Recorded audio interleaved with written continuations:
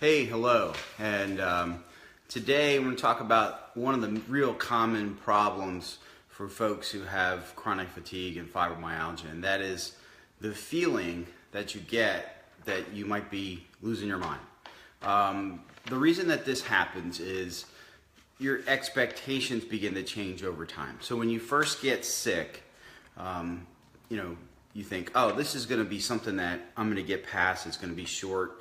I'll be better next week and whatever. And then as each obstacle kind of rears its head, it begins to change, how you view things. So early on, when I would see patients, they would tell me all these different things, and they'd say, I've been to, multiple doctors. I've been to, support groups. I've talked to lots of different people, and they've said, well, it's okay, it'll get better or whatever. Or they kind of like negated the fact that they have a pretty serious problem going on. So over time, that creates some expectations that you're not quite meeting. So what happens is, you develop this expectation, and when it doesn't happen, you begin to run some routines in your subconscious mind, and it creates problems. But you're not nuts. So as I sit with people, and some of the people are crying, and they say,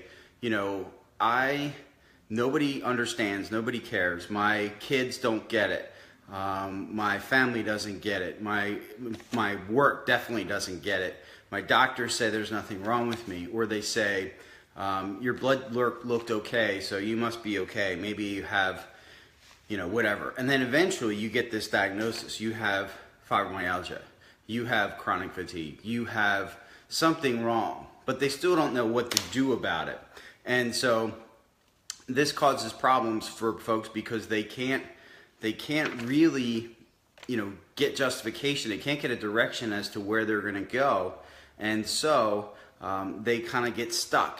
And this is where the diagnosis, it's called a garbage can diagnosis, is because we can't figure out any other single thing that you might have, and so you get thrown into this thing. But again, you're not crazy, because when I look at patients' labs, I can see where their problems are. There are certain things that show up, and you go, yes, this is that. And but the part that happens after the fact is what happens in your subconscious mind. And I'll just give you an example of how powerful that is. If you've ever thought to yourself, I can't remember so-and-so's phone number. And so, you can't think the digits off the top of your head, but you get a phone and you start to push the numbers in, and boom, the number comes out. That's your subconscious. Your subconscious mind is running 95% of the background stuff, and it is what you feed it. So a little story. There was this famous escape artist guy named Harry Houdini, and years ago, part of the thing that they would do with prisons is they would say, even Harry Houdini couldn't break out of it. And so they'd bring him in, and he'd come in with a trench coat and all these tools and things, and they'd say, okay, you have 10 minutes to escape the cell. If you don't escape, then blah, blah, blah. And he always escaped. And then they had this new high security prison, and they invited him in, and he went into the cell, and they closed the door. And he began work on the lock immediately. And he's looking at his watch, and he's noticing, you know what? I'm not going to be able to get out of here. They're going to have to come and get me. And so in exasperation, he just kind of slumped down and leaned against the door, and the door flung open. The guard had never locked it. So the door was locked in his mind. And this is what happens. So if you could talk to a person, what you don't see is what the little routines are running in their head. So I like computers, and so if you have a Windows-based computer, if you hit Control, Alt, and Delete at the same time, this little window comes up. And then you could click a button or two and see all the little programs that are running in the background. And if you could do that for yourself, I think it would be a little bit concerning first, because you would see all this garbage that's running in the background that you might not be aware of, or that you do know it's there, but you can't stop yourself from running those programs. But the things that show up for folks who have illness, and it's not the cause of their illness. The illness is the cause of it. So what happens is, over time of being sick, you have this program running in the back of your mind that says, I will always be this way. I'm never going to get well. I have something wrong with me. And there'll be other things running in the background too. For example, that in most of the population and most of society, there's the little subroutine of unworthiness, self-doubt, shame. And these are disempowering beliefs that can prevent you from going from where you want to go to, to being stuck in where you are. So these beliefs, these things, they happen and they creep up. And they do happen a lot in folks who have fibromyalgia and chronic fatigue. And it's because they're frustrated. And it's because they haven't gotten results, or because they put their hope in this thing or that thing and it didn't come through for them. And so then their expectations begin to change and these routines begin to run in their mind. But the thing is, you're not your mind, and you're not your thoughts, and you're not your body. What you are is a consciousness that sits outside and observes all these things. So just because you have thoughts, just because you think, I will never get well, I will always be this way, I can't get to where I want to go, doesn't mean you're right. In fact, a lot of times the disempowering beliefs are based on a false narrative that you've taught yourself to think. And so that routine, if you Control-Alt-Delete your brain, you'll see that and you go, wow, I am disempowering myself from getting well. And it happens all the time. And so this is a real big thing that happens in society, and it especially happens with people who are sick, because they've not met expectations that they've had. They haven't thought through all the different things. And so there is a way to get through this. And again, it's not that you're crazy, because that's what people think. They think, well, I'm nuts because this or that or the other thing. No, when people go into the society in general, you're seeing their best self. You're seeing their self that they put out to the world. You're not seeing what's in their mind. So all of us, in some degree, are faking. When we go into the world, we're faking. This isn't all of us. We have routines running in our mind, and we have things going on in the background that prevent us from getting well. So you're definitely not your mind, and you're not your thoughts. You're a consciousness sitting beyond it, observing it. And so let's get the dog to stop barking would be good. Hi, Melissa. And so what I want you to do is I want you to rid yourself of those shackles and create some empowering beliefs and affirmations that you can say to yourself. And here's the thing about it. You don't have to believe it. You don't have to believe any of it. But the repetition will go into that subconscious mind, and it'll begin to take away some of that same track that you've burned that says, I'm this, I that, I'll always, I never, boom, boom, boom. That is also not true. And you've burned that in. So you can overwrite those tracks by setting out some strong affirmations and some empowering beliefs. So this is what I'm inviting you to do. I'm inviting you to step into the light and say, I am healthy. I am improving my health. Each day I get stronger, I get better than where I am today. Sorry about the dog barking. And so this is some of the things that can help to overwrite those tracks. I'm just going to wait until they're through. Okay. I think we're good. So this is some of the stuff that can happen over time. And I would suggest that you read or do these affirmations a few times a day. Is it going to fix everything that's going on with you? No. But the power of the subconscious mind is vastly underestimated. In fact, if you read research and studies and things, they'll talk about people who have different personalities, like a multiple personality disorder. And they manifest a different health profile in one personality than another.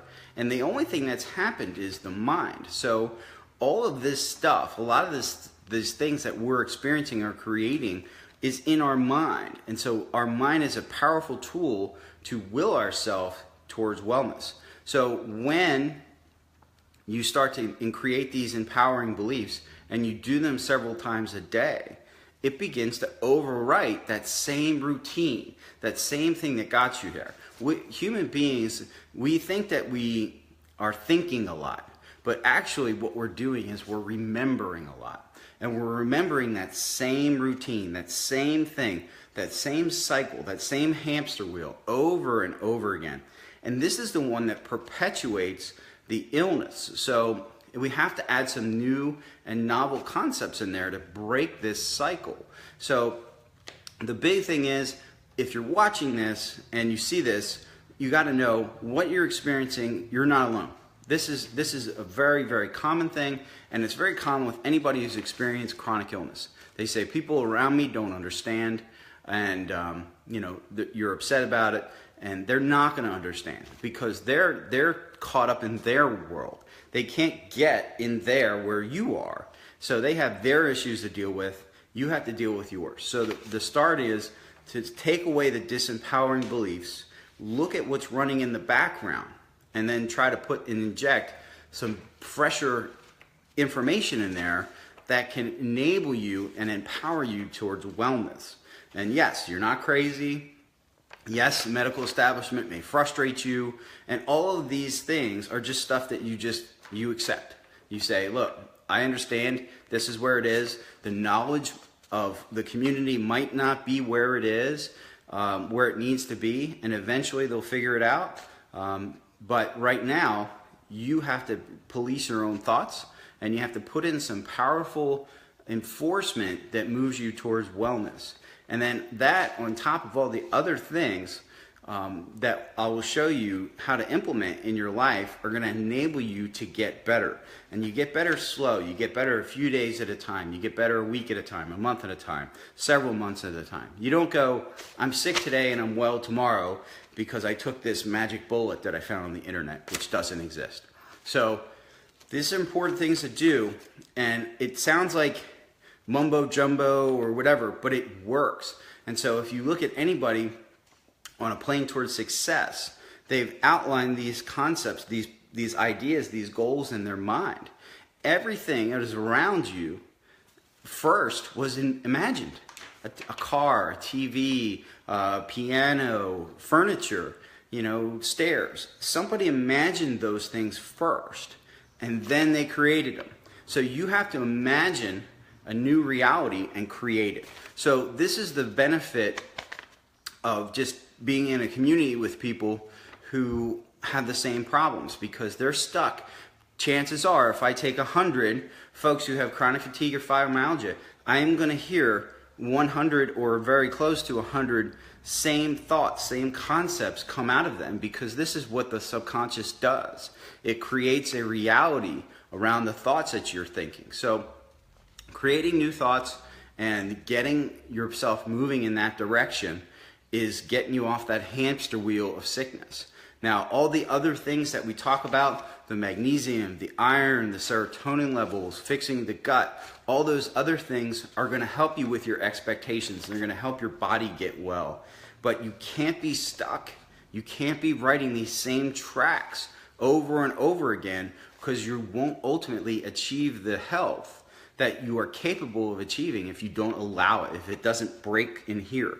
So just like Houdini, the door is unlocked. You just got to go through it. You have to make changes, and you have to realize that this subconscious mind that is running in the background is very powerful, and it is in control of 95% or so of the things we do in our memories and other things. So it's not something to just discount. You have to train it. You have to make it your slave. So you do that by laying down empowering beliefs and affirmations over and over again, whether you believe it or not, and eventually the subconscious mind will begin to do your bidding.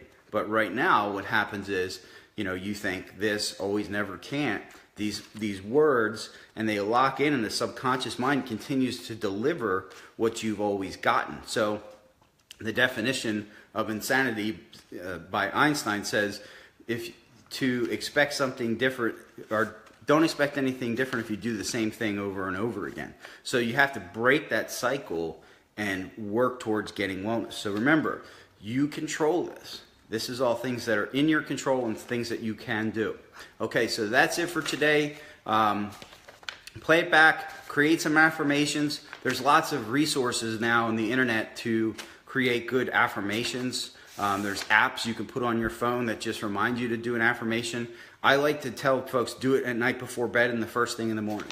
So when you go to bed, your conscious mind turns off, but your subconscious mind's still running.